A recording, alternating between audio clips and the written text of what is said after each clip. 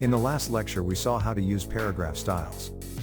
In this lecture we will look at character styles. In this menu, all text has a paragraph style, called menu, and menu description. Now let's say I want the price to be in a different color. To do this, I create a character style. I open the Style Manager by going to Edit, Styles. I click on New, and choose Character Style. I name the character style, Price. At the right I see, the font is Quattrocento.